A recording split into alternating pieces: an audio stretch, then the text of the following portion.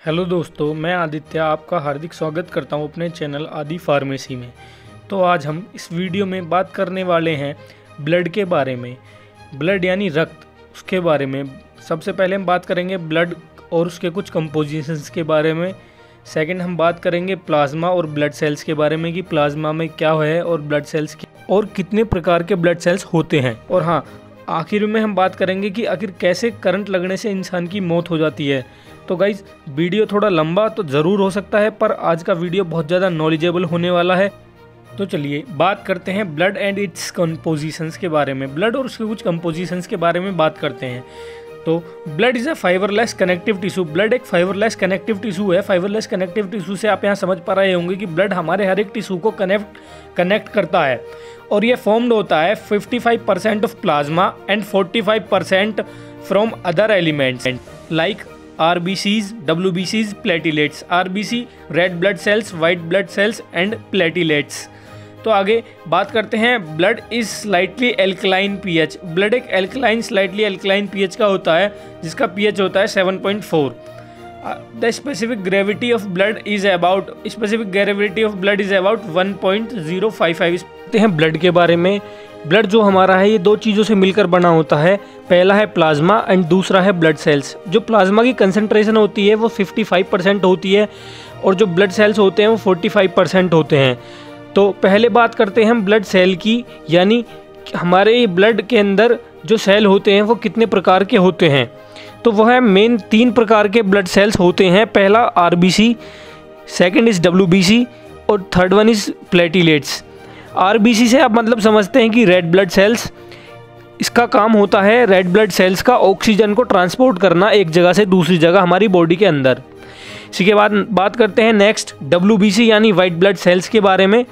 White blood cell का काम है, ये है हमारी बॉडी का डिफेंस सिस्टम होता है। ये हमारी बॉडी को प्रोटेक्ट करता है किसी भी डिजीज़ से। जो WBC है वो हमारी बॉडी का एक शोल्डर की तरह काम करता है, जिसमें कोई पैथोजन या वायरस हमारी बॉडी पर अटैक करते हैं तो WBC जो पहले से ही वहाँ पर होती हैं वो उस पैथोजन या वायरस के साथ फाइट करती है और हमारी बॉडी तुरंत ही और WBCs को वहाँ पर एक्टिवेट करती है, जिससे कि वो पैथोजन्स को या वायरस को मार सके और उसे बॉडी से बाहर भगा सके। तो चलिए अभी बात करते हैं हम प्लेटिलेट्स के बारे में। प्लेटिलेट्स का क्या काम होता है। बेसिकली प्लेटिलेट्स का काम होता है ये क्लोटिंग करता है। क्लोटिंग का मतलब मैं आपको बताऊं, जैसे यदि कभी आप अपने हाथ पे आपके कट लग गया है, वहाँ से खून निकल रहा है, तो कुछ ही देर के बाद आप देखेंगे कि खून अपने आप ही बंद हो जाता है। वो क्यों होता है, उसके पीछे क्या मैकेनिज्म है। उसके पीछे यही क्लोटिंग है, जिसे हम ब्लड क्लोटिंग भी बोलते हैं। वहाँ होता क्या है, हमारे ब्लड में जब प्लेटिलेट्स होती हैं, ये वहाँ पे जहाँ पे आपका कट लगा है वहाँ पर आकर जो एग्रीगेट हो जाती हैं। एग्रीगेट मतलब वहाँ पर आके इकट्ठा होने लगती हैं और जहाँ कट लगा है उसको, उस रास्ते को ब्लॉक करने लगती हैं। तो जब वो रास्ता ब्लॉक हो जाए तो हमारा खून ऑटोमेटिकली ही रुक जाता है। तो अभी बात करते हैं WBC के बारे में, मतलब वाइट ब्लड सेल्स के बारे में। ये फर्दर 2 पार्ट्स में डिवाइड होता है, एक फेगोसाइट्स है, एक लेम्फोसाइट्स है। जो लेम्फोसाइट्स होते हैं वो हमारे basically B cell and T cell से मिलकर बने होते हैं। B सेल, यहाँ B सेल का काम क्या होता है, B सेल जो है वो एंटीबॉडी प्रोड्यूस करता है, किसी भी पैथोजन या किसी भी वायरस के अगेंस्ट एंटीबॉडी प्रोड्यूस करता है। और यहीं T सेल का काम होता है जो किल करता है किसी भी इन्फेक्टेड सेल्स को। जो इन्फेक्टेड सेल्स होते हैं हमारी ब्लड में, जैसे कैंसरस सेल और अदर इन्फेक्टेड सेल्स को वो किल करता है। अभी हम बात करेंगे प्लाज्मा के बारे में। प्लाज्मा कंसंट्रेशन मैंने पहले आपको बताया 55% होता है हमारी ब्लड में। तो ये जो प्लाज्मा है ये 2 चीज़ों से मिलकर बना होता है। सबसे पहला है वाटर, जो कि जिसका कंसंट्रेशन 92% होता है हमारे ब्लड में, और अदर डिजोल्व सब्सटेंस होते हैं 8%। इसमें अगर हम अदर डिजोल्व सब्सटेंस की बात करें तो इसमें सबसे पहले आता है सॉल्ट, जो कि 3.5% होता है हमारे ब्लड में। सेकंड बात करें फूड यानी जैसे हम जो कुछ खाते हैं उससे हमें जैसे एनर्जी मिलती है, ग्लूकोज मिलती है, अमीनो एसिड्स मिलते हैं और फैट मिलता है।